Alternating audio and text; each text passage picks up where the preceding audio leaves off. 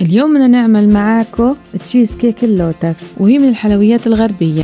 تشيز كيك اللوتس بدون فرن بدون جيلاتين. طريقة التحضير: نطحن بسكوت اللوتس في محضرة الطعام. ممكن نخلط كمية البسكوت بنصف الكمية من بسكوت اللوت وبسكوت الشاي. بندوب الزبدة وبنضيفها للبسكوت وبنخلطها منيح. نرفع ملعقتين كبار من البسكوت المطحون جانبا للتزيين.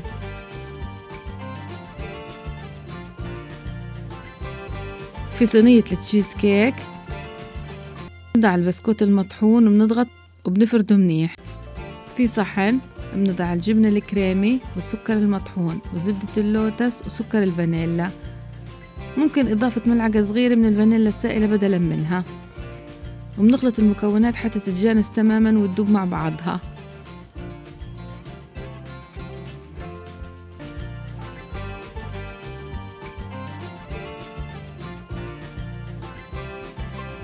في صحن نضع الكريمة السائلة وظرفين من كريمة الدريم ويب أو الكريم شانتيه.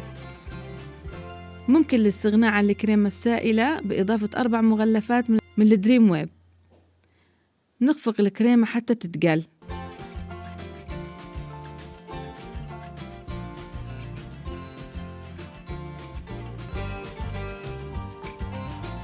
نبدأ بإضافة الكريمة لخليط الجبنة وزبدة اللوتس، وبنخلطها بخفة حتى ما تهبط حتى انتهاء الكمية.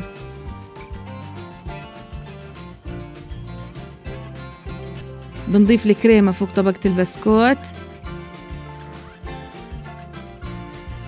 بنفرد الكريمة جيدا حتى نحصل على سطح أملس.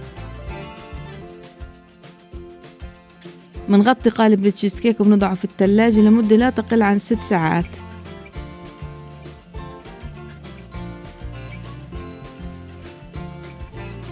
نخرج القالب من الثلاجة. بنسخن زبدة اللوتس حتى تذوب وبنضيفها فوق طبقة الكريمة. بنرجع قالب التشيز كيك للثلاجة لمدة ساعة.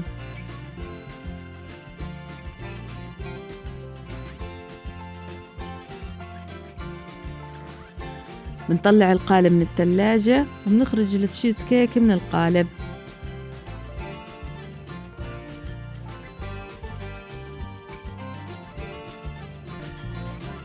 بنسخن زبدة اللوتس وبنبدأ بتزيين التشيز كيك من الحواف بزبدة اللوتس، وبنضع كمية البسكوت المطحون المرفوع على تزيين الأطراف.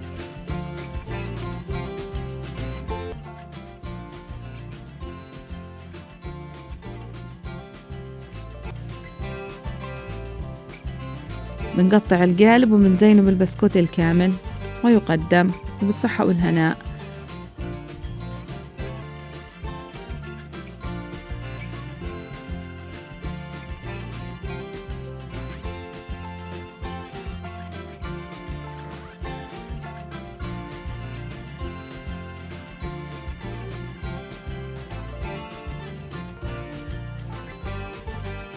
لا تنسى تشترك بالقناة وتفعل زر الجرس وتشوف الفيديوهات الجديدة والقديمة.